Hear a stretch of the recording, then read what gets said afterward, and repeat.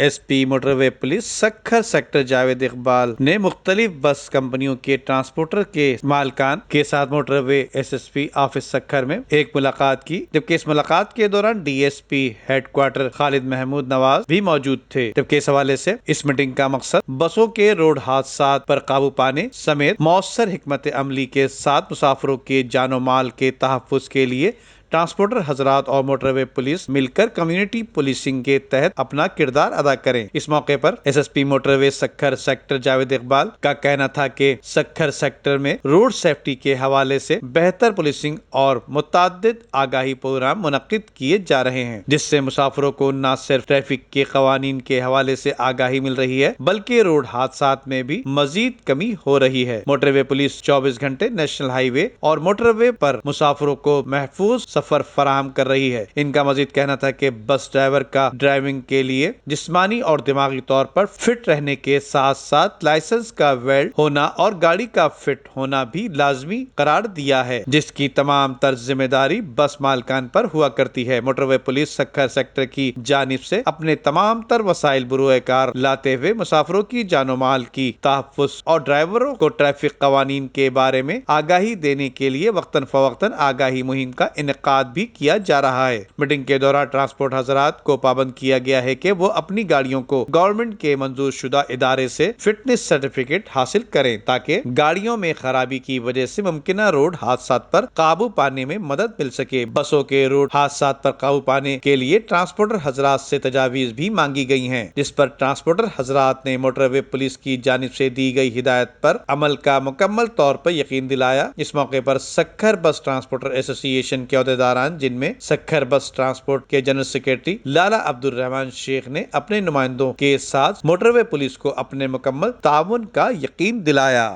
Nadeem Siddiqui, metro 7 Pakistan.